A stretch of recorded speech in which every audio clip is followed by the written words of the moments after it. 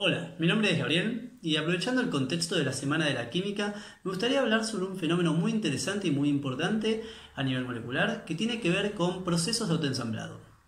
En la naturaleza este tipo de procesos están presentes en un montón de lugares, en un montón de áreas, y dentro de la química hay muchas ramas y áreas que se dedican a estudiar este tipo de procesos. Para que tengan una idea, estos procesos se dan a nivel molecular o a nivel microscópico, pero no se dan a escala macroscópica. Para eso, arranquemos pensando un ejemplo que nos va a servir para empezar a entender cuál es la idea detrás de estos procesos de autoensamblado.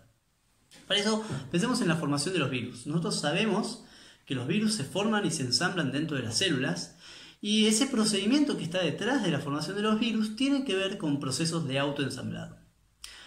Si más o menos lo vieron en algún momento, la idea principal, o por lo menos conceptual general, está relacionada con, nosotros tenemos por ejemplo las cadenas de ADN del virus, que se unen a las proteínas dentro de las células, y esas proteínas terminan de formar unas cápsides, que son esas estructuras complejas y ordenadas que solemos ver en las imágenes. Ese procedimiento total en donde se forman ese tipo de estructuras están relacionadas con estos procesos de autoensamblado. Esa un poco va a empezar a ser la idea general o la idea principal que vamos a intentar abocarnos hoy.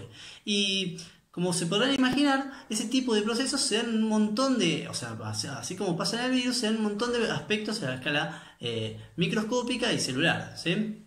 Así que vayamos un poco a la definición. Si empezamos en la definición, y un poco ya las palabras nos va diciendo, los procesos de autoensamblado están relacionados con esta formación de ensamblados a estructuras complejas y ordenadas sin la necesidad de que uno tenga que forzar la cuestión para que esto se dé. Lo que está bueno pensar, pero supongamos que tenemos moléculas, un montón de moléculas, y sin que nosotros le digamos nada o hagamos ningún tipo de forzarlo para que hagan algo, las moléculas empiezan a formar estructuras más complejas. Hay un montón de estructuras complejas de este tipo de procesos ensamblados que son conocidas por la bibliografía, y por ejemplo hay algunas que son micelas, que tienen que ver con esferas, o algunos que son tubos, que tienen que ver más bien con fibras, que se le dicen. Después hay lamelas y están las cápsides, que es la que mencionábamos recién de los virus. Digo, hay un montón de estructuras que son conocidas, que se dan a partir de procesos de autoensamblado, ¿sí? Es decir, en particular los procesos de autoensamblado van a estar muy vinculados con procedimientos en donde uno no fuerza el sistema para que forme estructuras complejas, pero así todas las estructuras estas complejas y ordenadas se dan por sí mismas, ¿sí? Un ejemplo que se suele dar con respecto a esto y que puede ayudar para por lo menos empezar a entenderlo o verlo, tiene que ver con imaginar un cuarto vacío, y supongamos que tenemos libros tirados en el piso, y si se eligiera el proceso de autoensamblado dentro de nuestra habitación, sin más ni más empezarían a ordenar los libros y acomodarse uno arriba del otro. Nosotros sabemos que eso no sucede, digo, pruébenlo, pero no va a suceder, porque a escala macroscópica eso no sucede, pero a escala microscópica ese tipo de procedimientos, no pilar libros, pero procedimientos en donde se forman estructuras complejas y ordenadas, se dan todo el tiempo, ¿sí? Y para cerrar me gustaría hablar me gustaría hacer dos cuestiones. Uno que tiene que ver con un poco cuál es la idea o la fisicoquímica que hay detrás de este procedimiento, o algunos conceptos por lo menos. Y por otro lado me gustaría dejarles un experimento casero muy interesante que lo pueden hacer y que está bueno para practicar, y en donde intentamos un poco ver si se puede reproducir estos procesos de autoensamblado de forma casera y con lo que tengamos a mano. Con respecto a la fisicoquímica, me gustaría hablar de dos conceptos interesantes e importantes que están detrás de estos procedimientos, y que sin estos dos conceptos o sin estas dos cuestiones particulares sería imposible que estos procedimientos se autoensamblaran, ¿sí? Porque bueno, nosotros estamos hablando, y lo que comento es que no hay ninguna fuerza que nosotros impongamos para que se den estas estructuras, pero tiene que haber algo detrás que haga que estas estructuras se formen y que se armen estas estructuras ordenadas. Y en particular hay dos conceptos muy importantes que van a permitir que se formen estas estructuras, y uno tiene que ver con interacciones y otro tiene que ver con el movimiento. Con respecto a las interacciones, si bien uno no lo fuerza, van a haber interacciones atractivas y repulsivas dentro del sistema que van a hacer que se formen estas estructuras ordenadas.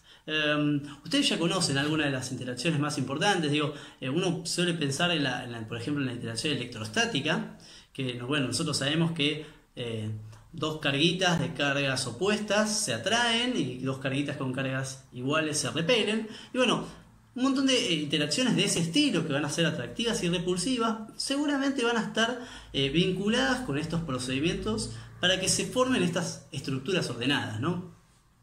La otra cuestión importante tiene que ver con el movimiento, porque si bien uno puede decir, bueno, van a haber interacciones seguramente atractivas y repulsivas, si no hay el suficiente movimiento para que estas moléculas o estos objetos o estas proteínas interactúen o sientan la presencia una de la otra, en ningún momento van a poder formar estas estructuras, ¿no? Digo, por más que haya interacciones.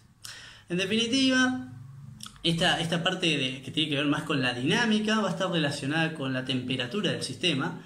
Digamos que a este nivel molecular la temperatura del sistema es muy importante y va a estar muy vinculada con respecto al movimiento de los objetos o de las moléculas, en donde, bueno, a mayor temperatura va a haber un mayor movimiento y a menor temperatura va a haber un menor movimiento. La idea un poco que quería mencionar con respecto a esto era pensar estas dos ideas o estos dos conceptos que son muy importantes a la hora de pensar el autoensamblado, ¿sí? Por un lado las interacciones que tiene que haber y por otro lado el movimiento que tiene que haber sí o sí, ¿sí? Como es un movimiento que está muy relacionado con la parte térmica, es lo que se suele hablar es de procedimientos termodinámicos, ¿sí? Bueno, y ahora sí vayamos un poco al experimento que me parece que estaría bueno que también lo hagan, que tiene que ver con poner un balde o un recipiente de agua e intentar reproducir este mismo experimento o por lo menos esta misma idea de los procesos de autoensamblado, pero con cosas que podamos hacer a mano. Bien, bueno, ahí tenemos un poco el experimento que estaba hablando recién. Como ven, es un recipiente con agua que abajo tiene un ventilador. El ventilador prendido lo que va a hacer es mover todo, mueve la palangana o el recipiente y hace mover todo lo que hay adentro. Y adentro del agua hay cuadraditos, que son cuadraditos de madera que tienen a los costados imanes. Los imanes lo que van a hacer es representar estas interacciones de las que estábamos hablando hace un rato, ¿sí? Bueno, y dejando correr el video van a empezar a ver que se forman estas estructuras más complejas. Se forman como líneas por momentos o L's por otros momentos, pero me parece que es interesante que lo intenten hacer, que lo intenten armar. Pueden pensar en otras figuras, digo, no hace falta que sean cuadrados, pueden ser triángulos, rectángulos, si hay alguien que se anima y hacer algo más raro también.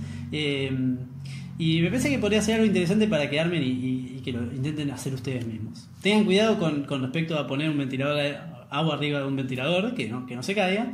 Pero me parece que vale la pena intentarlo.